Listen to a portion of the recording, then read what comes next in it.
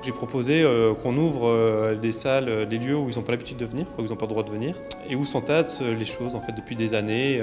L'idée déjà, c'est qu'ils n'ont pas repéré les lieux qu'ils vont explorer. C'est un peu la surprise. Chacun trouve un peu une manière de rentrer dedans et de pouvoir capter, prendre des indices pour voilà, essayer de créer une histoire. On est parti de zéro avec le groupe, avec comme seule idée d'explorer des réserves scientifiques qui sont en quelque sorte laissées à l'abandon, des pièces plongées dans le noir avec des objets anciens.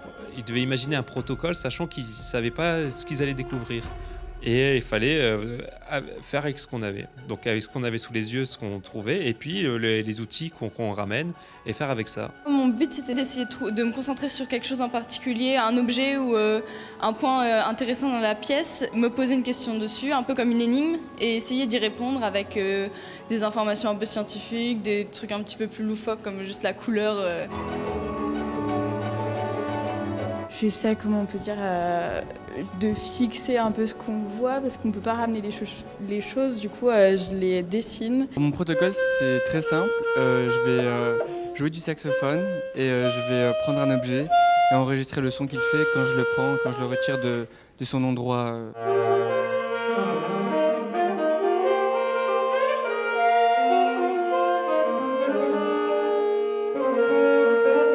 On s'est rendu compte qu'on était 3 saxophonistes dans un groupe de, je sais pas, d'une dizaine. Donc du coup, on a profité et donc on a accompagné Naël qui fait du saxophone aussi.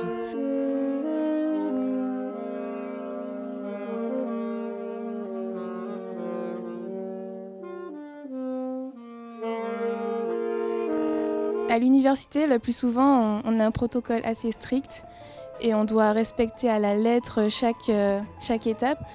Alors que durant cette expédition, on a pu un peu se découvrir soi-même, évoluer comme on le sentait en fait.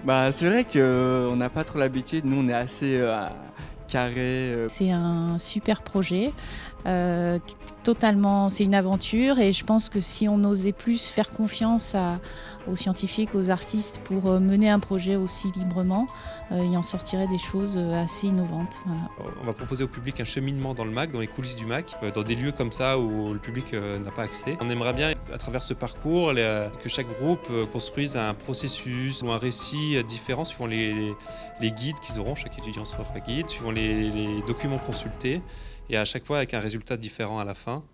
Et tout ça, c'est à créer avec les étudiants, suivant leurs envies. Donc l'histoire continue.